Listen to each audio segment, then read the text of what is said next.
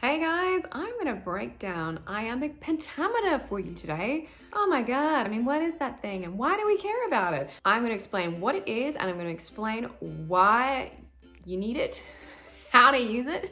So if you're an actor, you need to stick around for that. Let's jump in. I'm going to explain this as simply as I possibly can because it can get really convoluted. I'm going to use a musical analogy. So if you've got a little bit of a musical background, hopefully this will help you. And if you don't, it's fairly simple. So hopefully you'll follow along anyway. Iambic pentameter is kind of like the rhythm, like the time signature even, of Shakespeare's verse. It's called verse because it's poetry. And poetry has rhythmic kind of rules. Even if you think about like a haiku, everyone knows that that's got certain syllables in it. It's got rules to it, right? Even a limerick has got a kind of rhythm. Well, Shakespeare's poetry has got a particular rhythm too.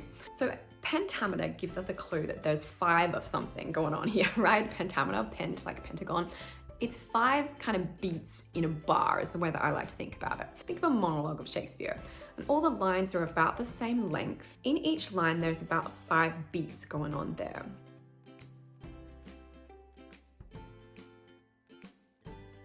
Iambic is about how the beats feel, how they're divided up. If you're a dancer, you're probably used to kind of going 1 and 2 and 3 and 4 and 5 and 6 and 7, 8, that kind of thing. In Shakespeare's music, his rhythm is actually divided up into more like a skipping feel, and it starts with the and. So it goes and 1 and 2 and 3 and 4 and 5. It's quite like da-do, da-do, da-do, da-do, da-do. It has that really kind of galloping feel to it.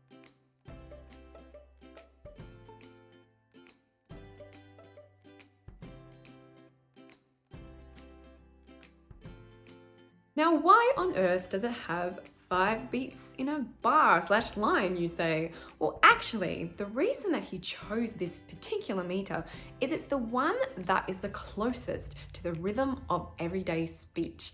Now, you might be like, what? Because Shakespeare doesn't sound like everyday speech at all. No, it doesn't in a way because it's poetic and it's old, but actually the rhythms, we use those in everyday life quite a lot. Once you get used to the sound of it, you'll start hearing them around the place, and there's something really satisfying about the iambic pentameter rhythm. So let's think of one now.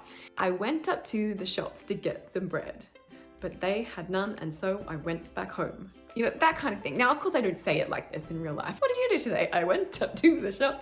No, but actually it has, in its own way, that natural rhythm of kind of like bouncy, bouncy, bounce, and then I stop, and bouncy, bouncy, bounce, and then I stop. That kind of thing. That happens all the time. So now that you've heard that rhythm, I want you to listen to people talking and see if you spot that rhythm popping up around the place while they're talking.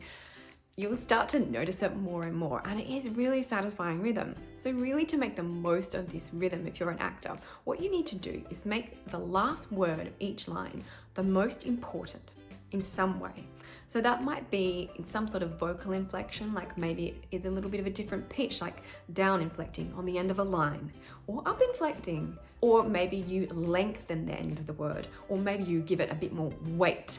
Do something with the word at the end of the line and see what happens. Really, it should make a bit of a springboard into the next line, but it also kind of keeps control of the flow. It gives you a sense of where things need to land. So that's my very simple explanation of iambic pentameter. Do you have more questions? Can you let me know in the comments below, because I'd love to know what confuses you about iambic pentameter and what are you struggling with? Let me know so I can help you out with another video, and subscribe if you love Shakespeare or if you need help with Shakespeare.